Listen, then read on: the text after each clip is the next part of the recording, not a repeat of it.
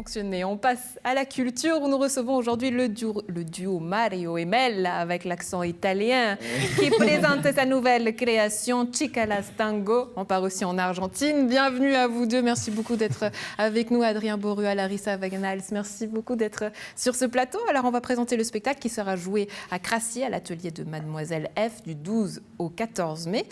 Alors ce spectacle, qu'est-ce qu'il raconte ? Il raconte la rencontre de deux êtres qui se trouvent enfermés dans un seul et unique manteau et qui doivent un peu comprendre qu'est-ce qui se passe là, sur cette scène.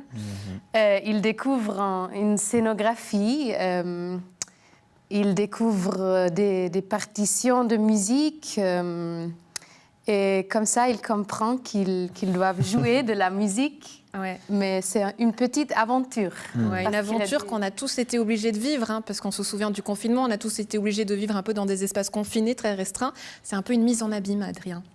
Oui, oui, totalement. Non, c'est vrai. Enfin, c'est qu'on a tous dû un petit peu apprendre à coexister en fait les uns avec les autres, avec les besoins des uns et les besoins des autres, avec ouais, et puis de vivre en fait des moments ensemble. Et en fait, je pense que c'est vraiment le thème du spectacle, c'est un peu cette coexistence, ouais. Cette coexistence entre êtres humains.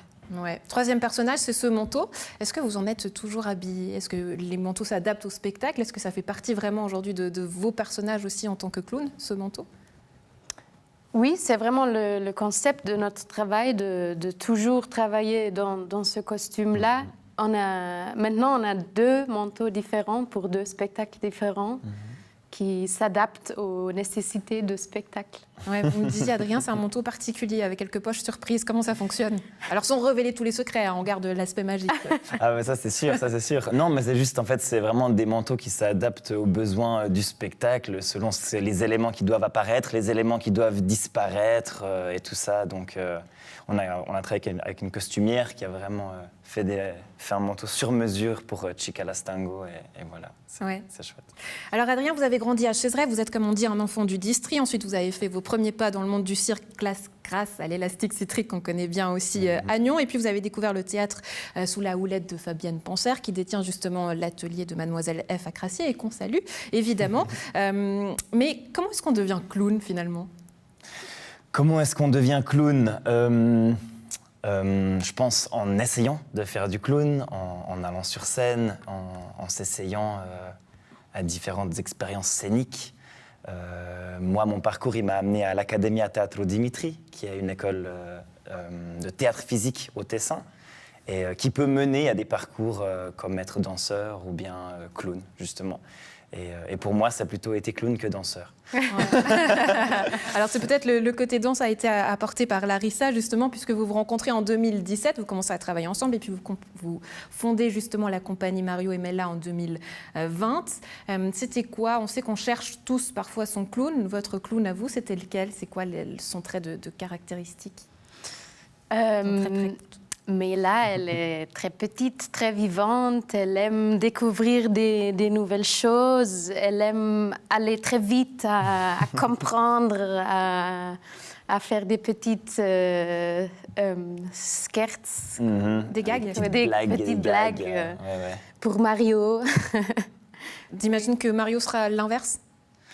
Oui, assez l'inverse, exactement. Mario, en tout cas, un peu dans Chicalas Tango, c'est un peu la victime de tout ce qui se passe, où il essaye de suivre un peu les éléments qui lui arrivent à la figure. Ouais, voilà, c'est un peu ça. C'est vrai que la figure du clown, il travaille beaucoup, souvent en opposition. Et puis du coup, nous, on travaille beaucoup aussi en complémentarité, mais que ce soit dans le spectacle, mais aussi en dehors pour faire travailler la compagnie, l'administratif, tout ce qui tourne autour de l'univers de Mario et Mella. Ouais. Et donc voilà. Vous avez joué vos premières à Fribourg. Vous disiez que c'était assez intense émotionnellement. Pourquoi ? Qu'est-ce que vous avez ressenti ? Alors c'était une petite aventure. Pour nous, c'est le premier spectacle qu'on produit et on ne sait jamais avant la première comment le public va prendre, qu'est-ce qu'on a fait. Ouais. Et il était bien présent, hein, c'était complet à chaque fois. Là d'ailleurs, dépêchez-vous, je crois que le jeudi c'est déjà complet, donc il reste des places pour le vendredi et samedi, les 13 et 14. On a parfois cette idée que le clown c'est un peu vieux jeu. Qu'est-ce que vous dites aux gens ? Je dis, le clown, c'est un art qui n'a pas arrêté de se réinventer. Enfin, depuis en fait les temps anciens, dans les clowns un peu de Tristan Rémy, où là ça travaille beaucoup avec les figures classiques de l'Auguste, du clown blanc, un peu cette figure du nez rouge, de la face peinte en blanc. Maintenant, ça se développe en fait. On continue la recherche, et du coup, nous, on n'a pas de nez rouge, on n'a pas de maquillage. Interdit. Ça, pour vous, c'était interdit, c'était tabou, ce nez rouge ? Non, pas du tout, pas du tout. En fait, pour nous, ce nez rouge, c'est encore un moyen de travail. C'est encore un moyen qu'on utilise des fois pour les improvisations, pour créer du matériel. Mais ensuite, nous, notre nez rouge, c'est notre manteau. Et ensuite, les blagues, en fait, il y a aussi des gags clownesques très classiques qu'on n'arrête pas et que les clowns d'aujourd'hui n'arrêtent pas d'utiliser et réutiliser, mais toujours en les réadaptant à aujourd'hui, aux thématiques d'aujourd'hui. C'est vrai que le clown aujourd'hui prend de plus en plus de place dans les théâtres. Et du coup, il s'exporte un petit peu de la piste de cirque pour aller dans les théâtres. Nous, on a commencé par les théâtres pour aller dans la piste de cirque. Ouais. Parce qu'en fin d'année, on sera en tournée avec le cirque Monty, où on a 130 spectacles de prévus. Ça a apporté quoi, ce côté théâtral, justement, au personnage du clown ? Ça a apporté sûrement une forme où tout d'un coup, le clown était proche d'histoire, un petit peu.